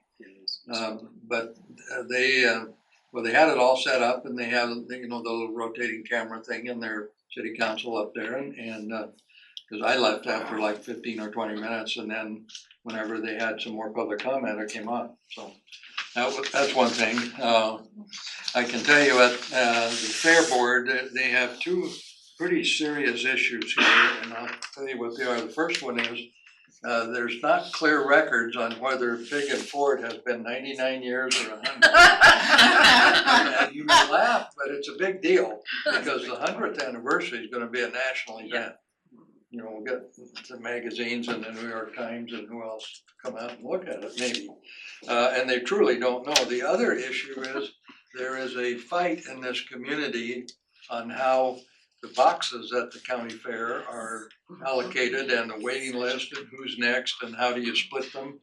And there are, I won't mention names, but there's two very prominent people that are quite unhappy. And for whatever reason, and so I told them, I said, well, the way you do that is you just copy what the Green Bay Packers have done. They haven't had a vacant seat in the Green Bay Packers football stadium for like 70 years. Just do whatever it is they do, and that's, so anyway, these are things that are happening out there. And I'll tell you one other quick thing here. This is, I will talk about these other bigger issues. When I was at the Copac meeting, the last one, the general manager from Pacific Seafood, along with a couple or three of his assistants, came to the meeting. And Copac is economic development, and this individual was representing Pacific Seafood. Now, if you don't know what Pacific Seafood is, they're one of probably the top 10 companies in Oregon. They're closely held. They started back during World War II. They have 6 processing plants in Oregon, some more up in Canada and Washington, and all over the place. And he mentioned they now have contracts with over 600 vessels to buy all their catch, whether it's crab or bottom fish or whatever the season is. And they sell their stuff all over the world. They employ like 3,000 people. So he came into and I happened to be sitting next to Senator Johnson, which was always a treat. But anyway, so he held up this bottle of water, just regular, like we all drink water. And he said DEQ has ordered them to make their effluent, their after they're done processing, to be upwards of multiples of 1,000 times cleaner than this bottle of water. And they said, that's gonna cost some money if we can do it. So they sent their engineers out to figure out how to do it. And these engineers came back and said, we don't think it can be done. And so the company said to them, well, where did you look? And he said, well, we called all over the United States. And he says, well, go to Europe, see what they do. They're very good at cleansing water. And so they went to Europe. And he came back and he said, this can't be done in the world. There's no science that has taken it this far to where you can process it to where it's like, 5,000 times cleaner than a bottle of drinking water in America. And he said, what do we do? Well, Senator Johnson came unglued, of course, and went after DEQ, which she doesn't have the ability to do that she used to. But that's what's going on in Salem. The DEQ, and there were 2 DEQ people in the room. And so they were asked, what about this? And they said, well, we've heard that, but this is way above our pay grade. We can't talk about it. And that probably was a truthful answer.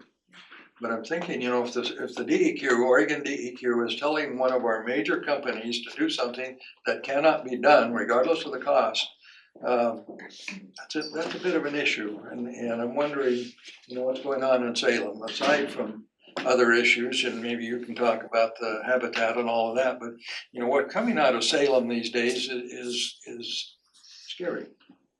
And do they want to curtail the seafood industry? They want to put them out of business? They want to restrict them? What is it they want to do? If they have engineers, and they do have engineers, I don't know how many work in DEQ, but dozens and dozens, they must surely know that this standard that they have put in writing as a command is unachievable. So I'll just leave it at that, something to think about when you drive home tonight. Thank you. I have a couple things. So the tax office and the clerk's office, our business hours starting April 1st are gonna go from 8 a.m. to 8:30 a.m. to 4 p.m. And that'll give us extra time to work on special projects and have staff meetings and things like that. So that will go into effect April 1st. And we just started posting notice, and we'll do a press release and get all that information out to our public partners and title companies and whatnot. So that'll be coming. The filing deadline was last night at 5. So yay, that's done. And now we're just working toward getting the election going now. One big thing that we'll probably have to come back to you guys at some point is in August of 2020, and I think Mary Faith, you're the only person that I believe is still working here that was present when CISA came and did the Cybersecurity and Infrastructure Security Agency. They came and did a critical infrastructure safe assessment of the courthouse. I found the report, which I had never seen, but I found it 3 weeks ago, so I have it. I met Monday with Chas, who is Chas Jones. He's the sergeant with CISA, and he's our election component and the person that I deal with. And there's a lot of stuff in here. Some of these things have already come to fruition that were identified as problems. So I think that we need to sit down and we need to have a talk about how we can address this. Because there's a lot of things that happen, and I'll talk with you, Rachel, about a couple of things, but there's stuff that I have to work on for myself for elections security, because it's a critical infrastructure and we have to be able to go forward and do elections regardless of cybersecurity issues or natural disaster or some kind of malintent happening to us. And so I welcome an opportunity. Chas would love to come and talk with us and go over this so that we're all on the same page about what they discovered when they did the assessment in 2020. So he can do it before June 14th, and I know our schedules are all tight, but if we can kind of think about a time that he could come, I think it would be beneficial for us as a county to sit down and look at that and address some of those. I think it would too. I really appreciate you bringing it up and bringing the report forward, because I also have not seen the report. I was there for the tour. It was fascinating in the moment, but then there was no follow-up. Correct. So I think I think we should talk about it some more, but we would need to figure out, are some of the recommendations things that are that, like, in terms of some kinds of security, you don't want to talk about at a public meeting. Correct. It needs to be a private meeting. If they are those, then we want to do something different than this meeting, which is a public meeting. Right. Yeah. It would need to be private. So yes. Okay. And I assume you pass that on to Jeff. Watching videos not supposed to be watching. Hello? Hello.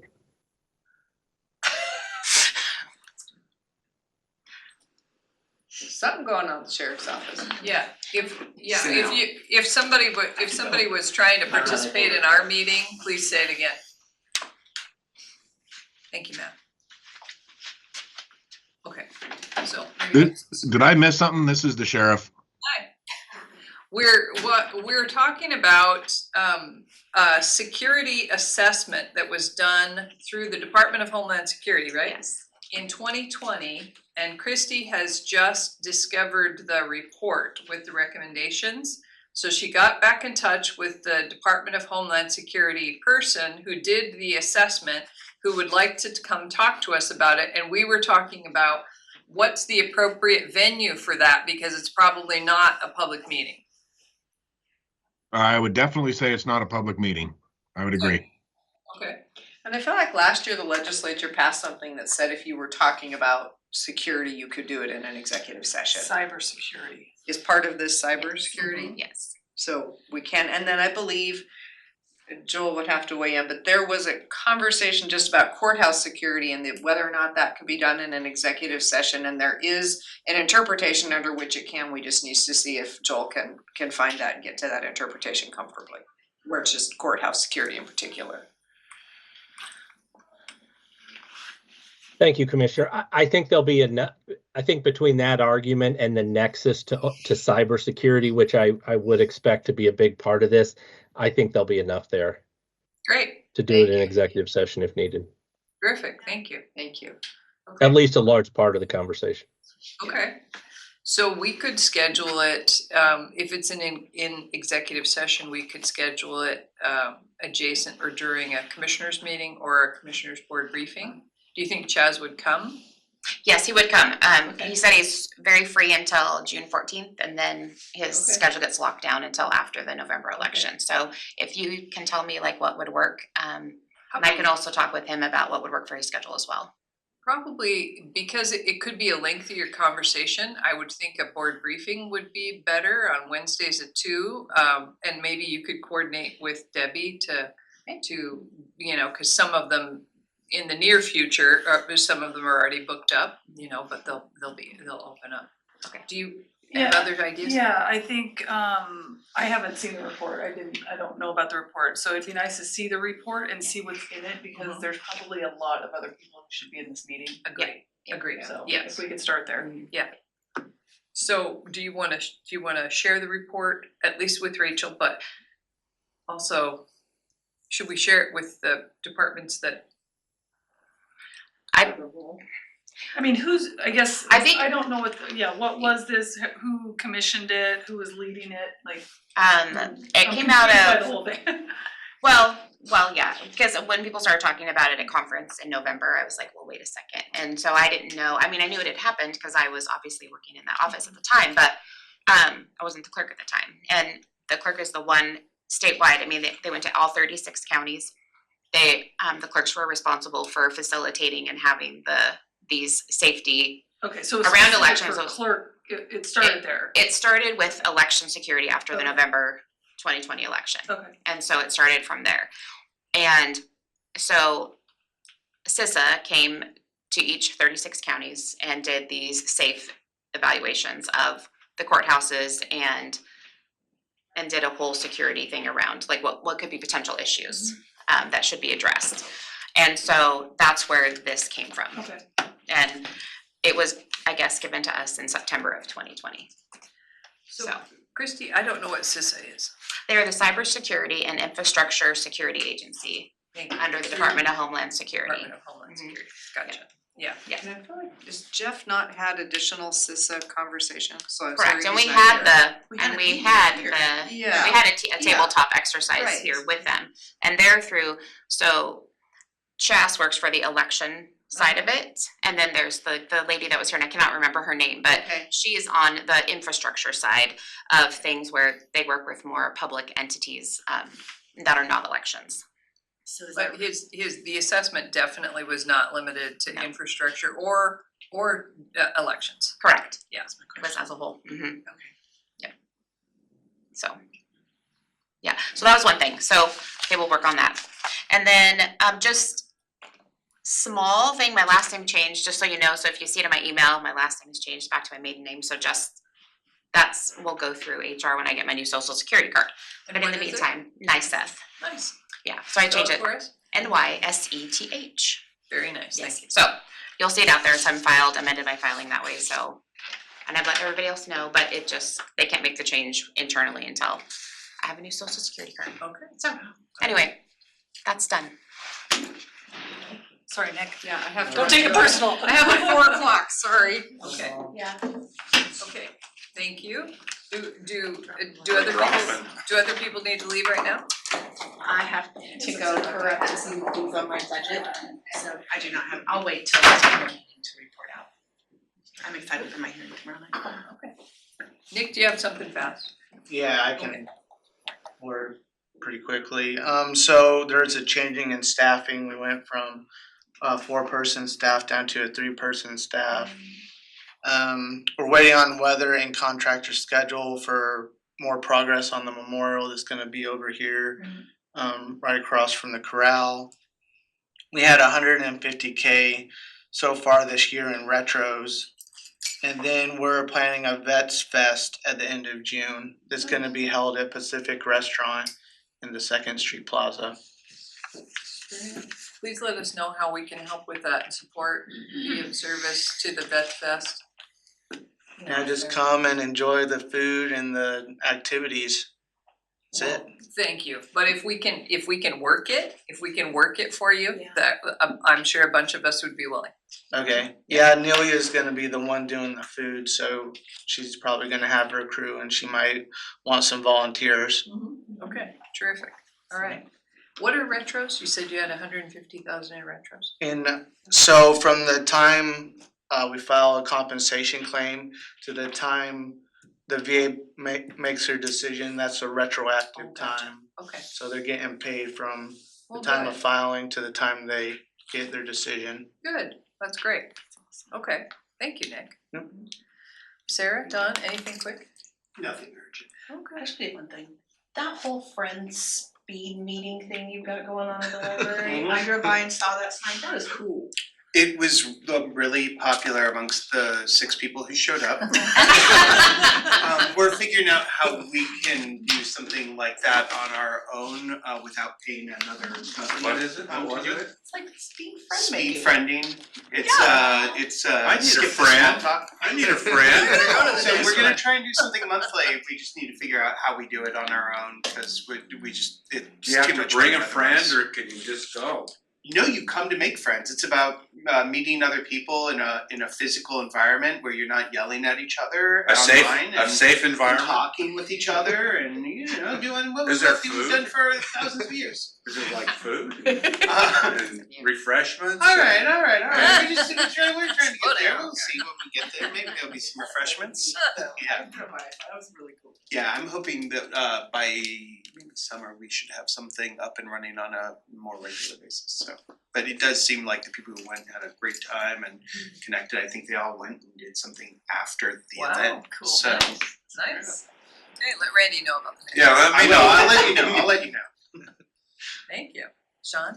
I just need even budgets, there's 3 I'm waiting on. And they're the biggest ones, so. Okay. Can we just divvy up their money and They- the rest of us? They're all special revenue funds. Oh. Yeah, and there is a budget committee pre-meeting on Wednesday after Rachel's Excellent. presentation. Or 3:00, whichever comes last. For some training. Some training going Excellent. over the new budget committee members have all agreed they will be here in person. Excellent. Okay, So good. Good. That's terrific. I have to expand on it. I'm gonna miss, no, you're still gonna be on it, you just won't be the chair. I'll be sitting somewhere else, that's You'll all. be sitting somewhere else, good. Okay. So yeah, those are coming up in April, 9th, 10th, 11th, and I'll get the schedule out here as soon as I can get the budgets done. But I need them from the people. Well, I think we can adjourn this meeting at 3:58 PM. Thank you, everyone. Thank you. Where are you going? I gotta go back